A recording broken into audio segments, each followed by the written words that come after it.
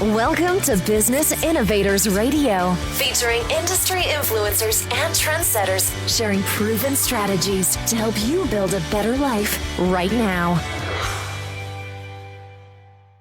Hello, everyone, and welcome to this episode. I'm your host, Richard Kai Mosca. Today, our guest is Nelson Gonzalez.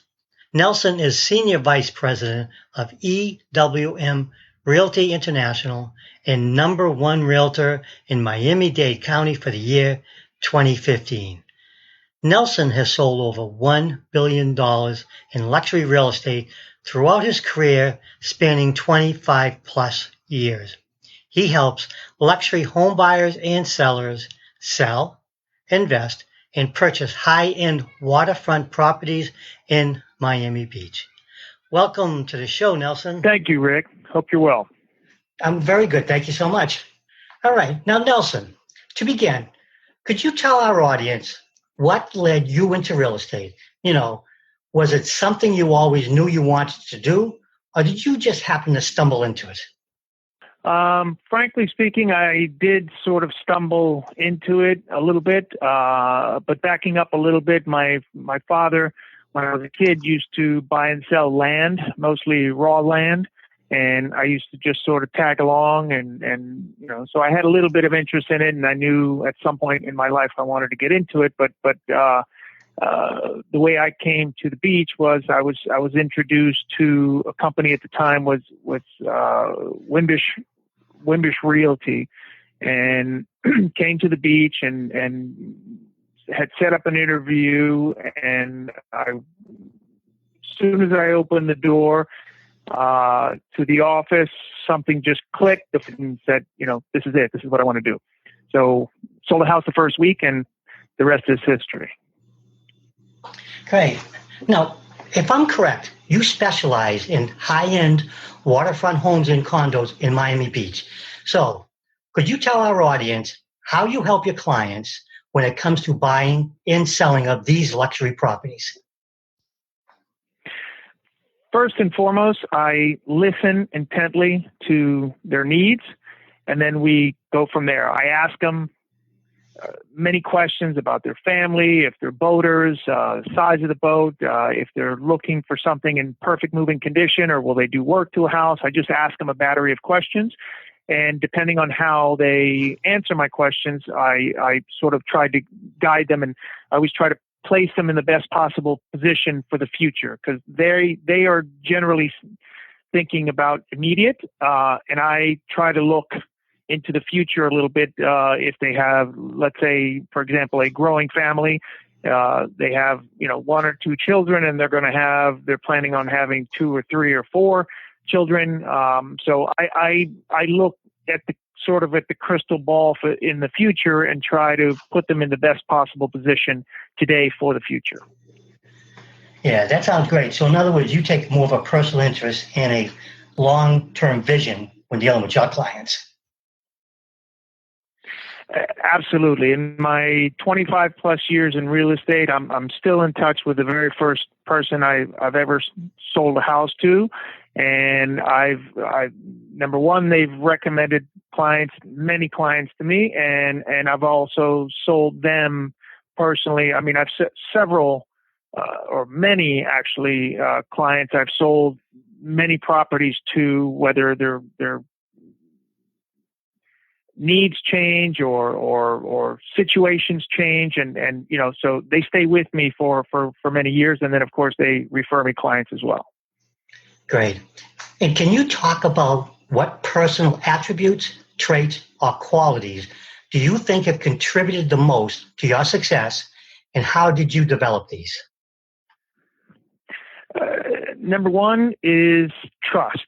I try to develop a rapport with the buyer or the seller, and because I've been doing this for quite some time, basically I try to, I have a lot of knowledge. I educate them. I try to keep them basically in the loop of everything. And at the end of the day, they trust me to advise them to make the right decision, either now or down the road.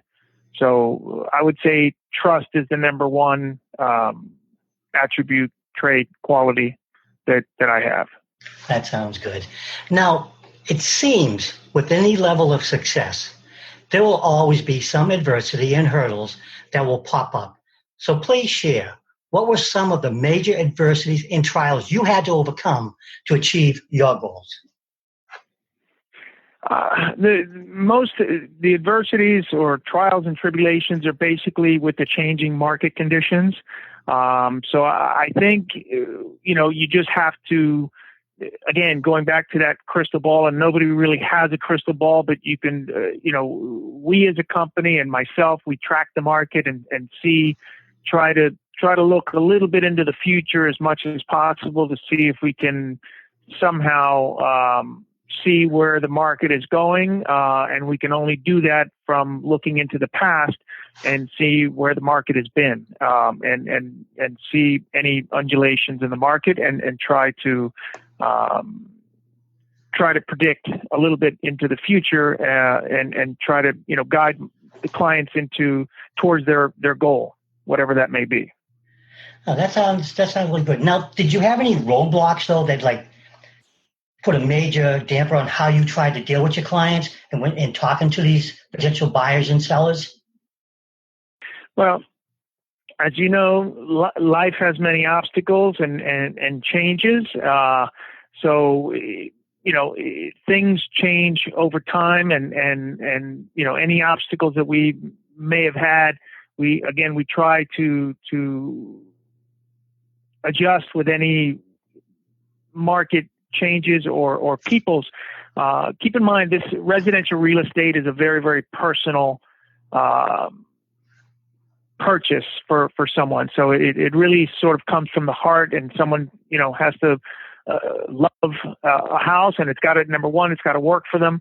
So we just try to sort of adjust, and again, studying the market and knowing the market extremely, extremely well. I've had situations where we've had, 5 or 6 appointments set up, and then, by the third appointment, the client changes, and we have to sort of adjust with them midstream. And I call my office and speak to my assistant, and we change the appointments, and we try to get them into a little bit more of what they're looking for. Oh, okay. So what kept you going despite these obstacles? Why didn't you give up? Was it just your nature, your personality, your business ethic? What kept you going? Why didn't you give up? I'm a very driven person, and I don't ever give up on anything. And maybe it's from my sports background back when I was a kid and in high school and college. But I'm very, very competitive and very driven. And in this business, especially the best part of my business is negotiating deals. And that's something that I absolutely love and have a passion for. And so when we're negotiating deals, and when these deals are quite large in the multi-million-dollar level, they're very, very challenging. And that's the part that I really love. So, I don't give up on deals, and we just try to, again, adjust to any changing negotiations and that sort of thing. But I don't really let anybody sleep until the deal is absolutely done. Okay, I can feel the passion. I can hear it in your voice, so I know why you're successful. Now, could you let our listeners know, in a little bit in depth on this one, what do you think is the biggest misconception or myth that people have about purchasing or selling a luxury home? That this business is easy, or staying successful in this business over the long run is easy. This is, I guess, many jobs or careers and that sort of thing are the misconception is basically that this job is easy. You just show a property and basically they buy it and it's over. That's wrong. I mean, there's so much behind the scenes, follow up and follow up with, the easy part is getting it to contract. The hardest part is getting it from contract to closing, because there's so many moving parts in reference to inspections, surveys, dealing with lawyers, dealing with the buyers, dealing with different personalities of the buyers and the sellers. So this is not an easy business. This is a 24/7 business, and it's something that you just have to stay on top of and and basically just stay on top of all the time until a deal is done. That sounds great. Now, it's interesting. So tell me, now what do you feel is the best way you market yourself as a real estate professional for continual growth? Basically results. At the end of the day, this is a very, very result oriented business.